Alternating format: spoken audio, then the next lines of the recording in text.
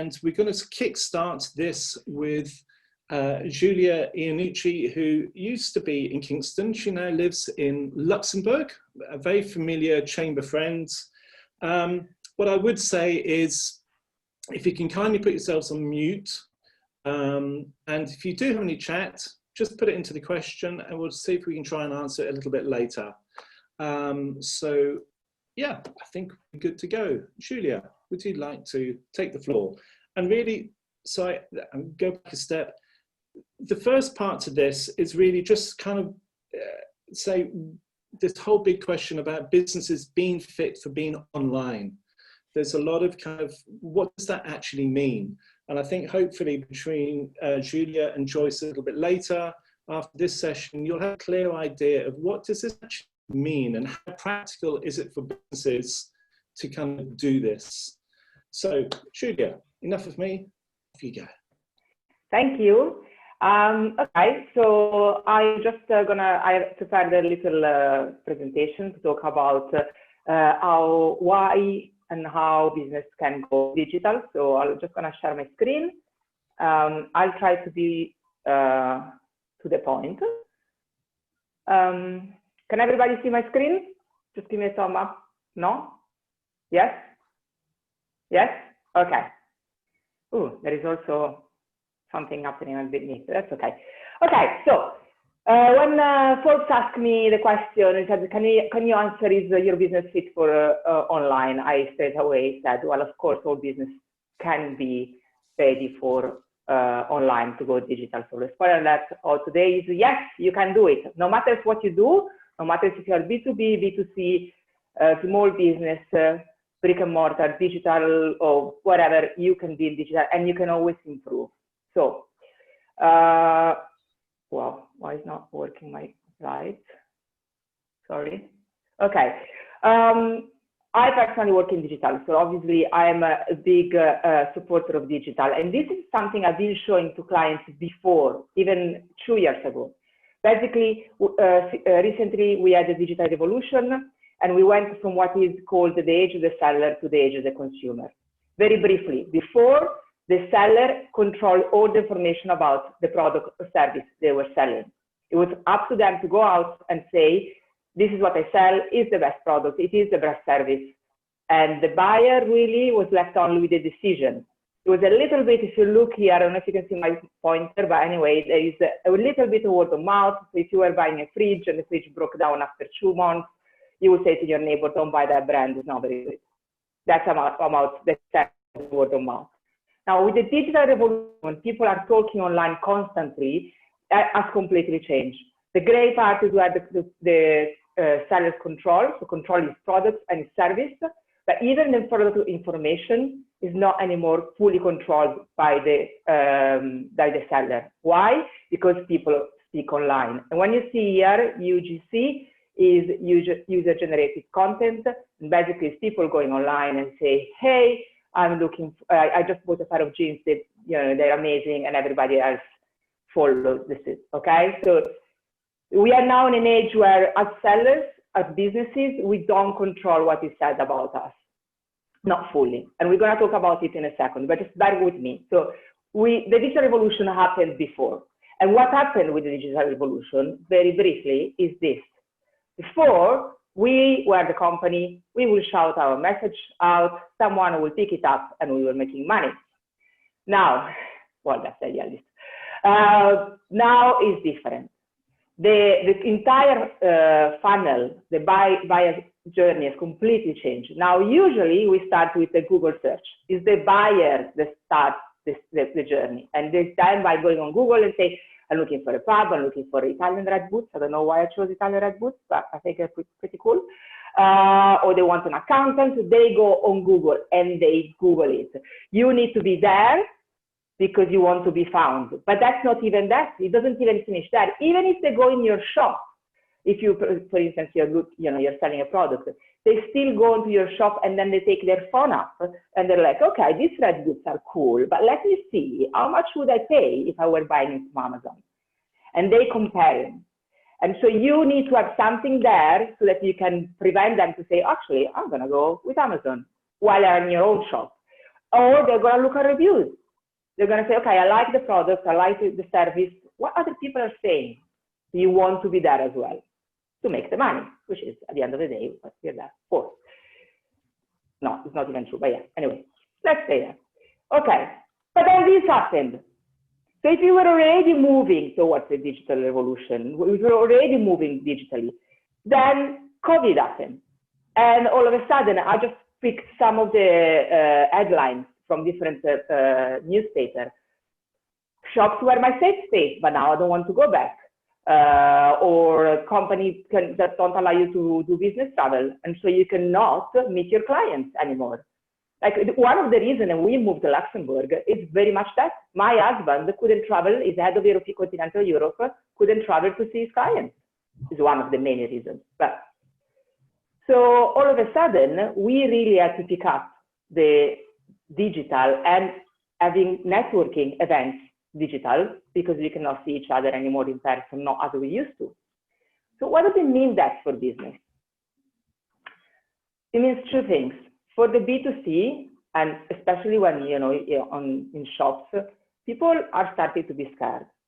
And even if you open and everything, I went to their dresser the other day, and she said, yeah, the first few weeks it was packed, and then people are starting to be shy again. And once the hair is kind of okay, they will take, instead of 6 weeks, maybe 1 month to go back.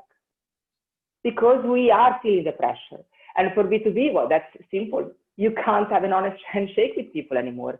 You can't meet people face to face and show them you're trustable the way we used to. And trust is a key element. It's so important. And has always been, but now how can we show to our target audience that we are trustable if we cannot meet them in person, if they cannot come into our shop, or if they feel unsure when they come to our shop, how can we show them that they can't come to our shop? Digital helps with this trust, and it does it. I chose 8 main elements. There is much more that digital can do, but to keep it simple and short.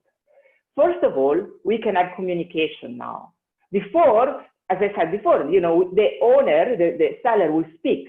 Now we communicate with people. They can ask questions. They can tell us if they weren't happy or if they were happy with the service they had. And if you go on social media, you need to be really active. I'm sure there are other speakers will explain you this, but you need to be really there. You don't just have a Facebook page. That's not enough. You need to actively engage with your audience so they can talk to you. Through digital, you can create tailored experience with the cookies, GDPR, all of that stuff. But now we are used to the fact that when you go on a website, you want them to know, if you've been there already, you want them to know you've been there. When I used to teach at Digital Marketing Academy, we did an exercise, and by chance, the teams were divided between girls and boys, but it was a pure chance. And they opened the same website, but because computers were owned by the students, the girls got a different homepage from the boys, because the website knew that the girls look for skirts and boys look for trousers. So that is the kind of tailored experience you can give to your customers. And you're used to that now. Plus there is all the apps, I'm sure Joyce is going to cover. And with apps, you can really tailor the experience of your customers, both in store and outside. There is the user-generated content, so the review people leave. Now, I want to speak about this for a second. A lot of my clients are scared because they say, if I go social, if I go digital, people will attack me on the digital space. If they're unhappy with me, they will attack me. Now, let's be clear about this. That you are there or not, if they are unhappy, they will attack you. Now, the only difference is that if you are there, you can turn someone upset with you into actually a brand ambassador. I've seen it on and on and on again. Because if someone comes and say, I bought this, plate from this shop and, it was rubbish, it wasn't what I so expected. And you actually take the time to talk to them in front of everyone and fix the problem they have. Everybody will see that you genuinely care. And that's where the trust comes in. You can also show leadership, especially in B2B. Through digital, you can create content, videos, articles, infographics, and Jude, I'm sure she will talk to you about all of this tomorrow, and demonstrate that you are the best at what you do, or one of the best. You can provide customer services, what we said before, with the reviews, but also with the chat box. We are so used now that we want an answer straight away. Like people said that when they write on Twitter complaining about something, they expect the company to respond immediately. You know, like we are at this point. So if you can be there and actually do respond immediately, you will stand out from the competition. And also digital allows for transparency. There is no more space to lie. If you get busted, people will make everyone else know. So people feel more transparent, okay? So this is the 8 key elements. I want to talk to you very briefly about the case studies, the Kingston. I'm not gonna make names, so don't ask me about that. But it's a nursery in Kingston, okay? When I moved to Kingston 5 years ago, I had a baby. I was looking for a nursery.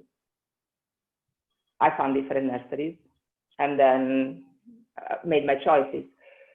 I ended up meeting the owner of this nursery, and everybody, when I actually physically was in Kingston, they said, why did you send to that nursery? It's one of the best nurseries. They are outstanding for Oxford. Why didn't you go there?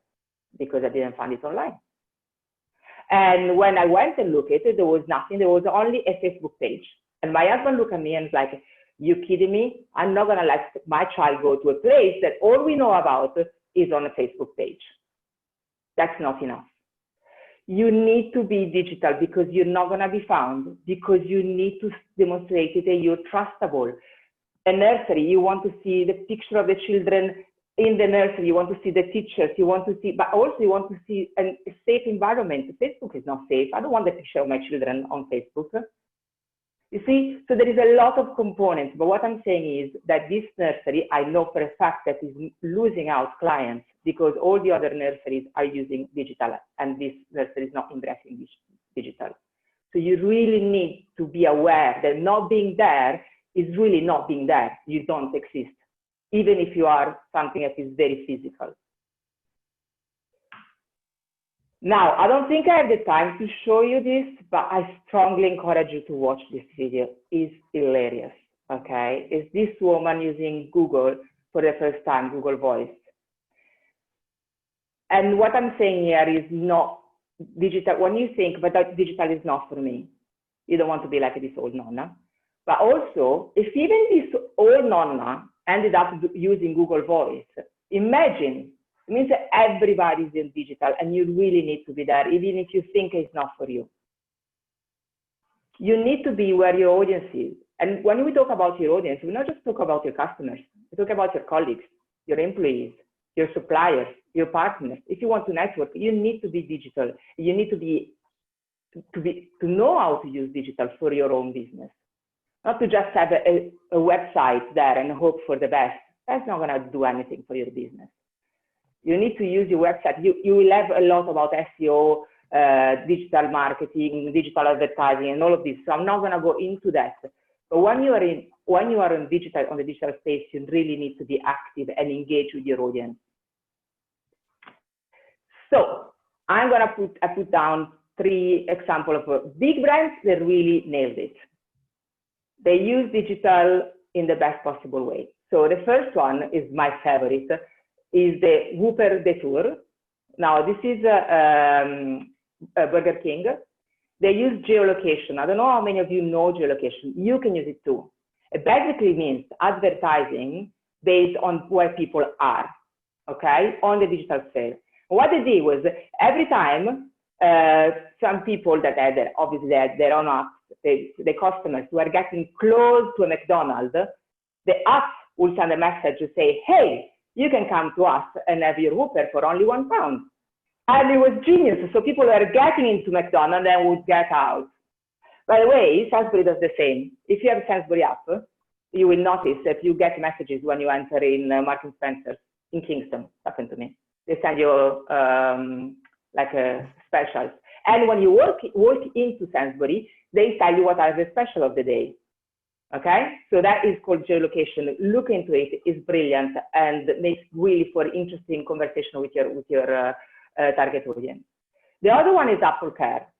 I mean, Apple is incredible in the level of service that they offer, and they do it all digitally. They take over. I don't like Apple. I'm not using Apple, but my husband does, and he had problems with the computer, and they just went in, fixed all the problems in no time.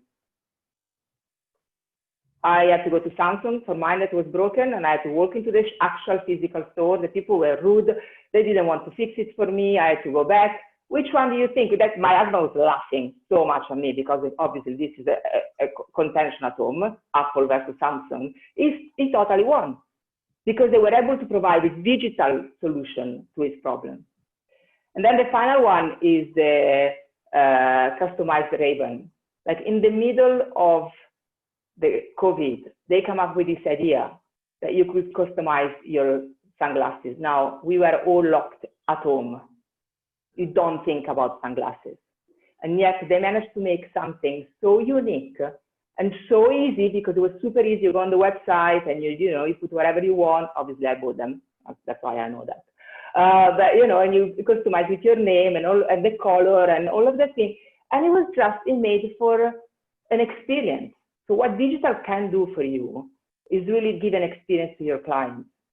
Now, I know I'm talking about big brands, and you might think, well, okay, these guys have a lot of money. They can pay an agency to do all of this.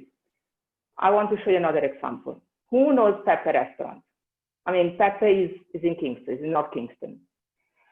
For the full disclaimer, the website you see here, my company made it. So just so you know, so I'm not going to be completely, I mean, I know him very well, but the rest I'm not involved, also because I left. So 2 years ago, we started with a new website. He realized that his website was just wasn't working. And he turned what was just a placeholder into an interactive website. And then, especially during COVID, he really realized that as he couldn't talk to people directly, but his personality is very much what makes Pepe Restaurant unique. He could do it through digital. And so he's done incredibly well. He has an app now. So what you see here is his app. He's been on social media. He's done what I say geolocation before. Geolocation can also be Nextdoor. You know Nextdoor, the app? You can be there. People will recognize you. He was talking. A lot of people will recognize the buongiorno, buongiorno of Pepe because he was making videos. And he will share things he was doing, how he was leading the lockdown, how he supported NHS during lockdown. He used digital to still be in touch with his clients. And when he opened, people were queuing out. And look now, look at the reviews. This is the review from yesterday, from TripAdvisor. Okay, people, as I said before, people go and talk about him. But obviously, he doesn't just sit there. Then he shares it on social media. He says, look what we've done. People, you can come to us because it's a safe place, because the review is about the dinner was delicious and it was a safe place. So, what we talked about before, about, people being scared of going into physical shops. The way Pepe is leveraging social media and digital in general between the website, the app, the review sites, so it is really show you how the small businesses can change and turn their future, because as a restaurant, he was really worried. And now things are brighten up. And I'm very proud of him, by the way. And the pizzas are delicious. Free advertising. No, but honestly, he's doing incredibly well. So there is no excuse. You don't have to be a big company to get digital. But one thing you need to do, and this is an example I took, if you go digital, do it well. Okay? Just remember that is the user experience. I put this equal here purely because I was buying online the other day and the experience to buy was painful and I hated it. So if you do digital, do it well, do it in a way that really enhances the experience of your user and not make it more complicated. I think I have gone over my time, so I don't know if the slides get being shared, so just look at this later. So the key takeaways from me are, today more than ever, digital can help your business, as Pat has shown. Being digital means more than having just a website. There is so much you can do, so please tune in all of all different tips of this seminar, bootcamp, because you can learn a lot of tricks. Being digital is about genuine and engaging with your audience. Don't be afraid of digital space, and the user experience is key.